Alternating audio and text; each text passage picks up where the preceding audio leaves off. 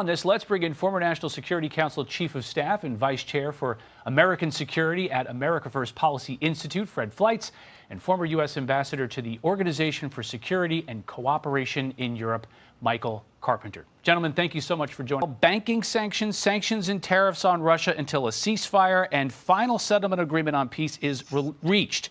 To Russia and Ukraine, get to the table right now before it's too late. Thank you. Fred, Russia has made it clear to Zelensky that if he doesn't stand with Trump's efforts to immediately halt the war, we're not going to be backing Ukraine anymore. I think Zelensky is going to be solidly with Trump. The problem is the Russians have actually picked up the war over the last week. That's going to require, I think, very tough U.S. sanctions, but also something else. I think that Mr.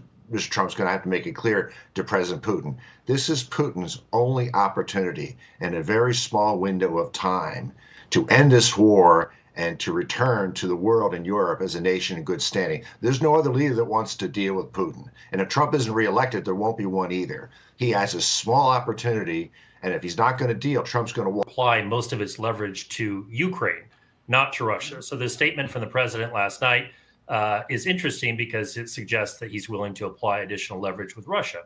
So far, Putin has been rather maximalist in terms of his terms for ending this war. He wants 5 Ukrainian regions to be ceded to Russia in their entirety. He wants a pledge that Ukraine will never join NATO and that there will be no NATO country troops inside Ukraine. And then he wants some form of what he calls demilitarization of Ukraine.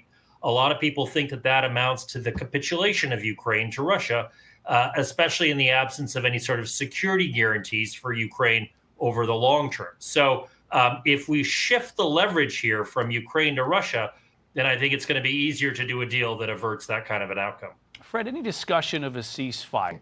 I think we can come up with a scenario where Ukraine is heavily armed, peacekeeping forces deployed along the border, and we make a deal with Russia where we may actually lift some Russian sanctions, but a percentage of those sanctions, a tax on those revenues would be used to rebuild Ukraine.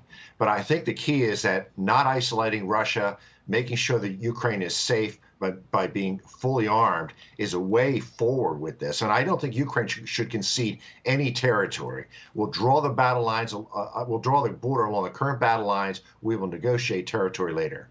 And that year, there was an opportunity to provide Ukraine with a surge of U.S. security assistance that could have really helped the Ukrainians with the momentum they had then. Of course, there were fears of escalation on the Russian side that prevented ultimately that from happening at the sort of scale that would have ended the war.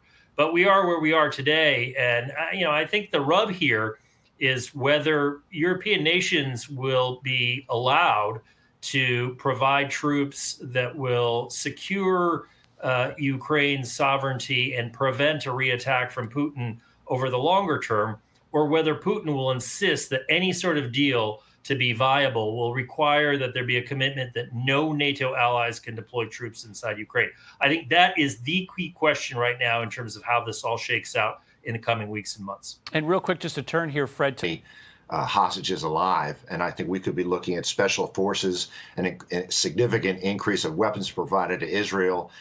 This is the time for the U.S. to really try to twist arms with Hamas. We are dealing directly with Hamas. And U.S. special forces, you mean? Diplomats.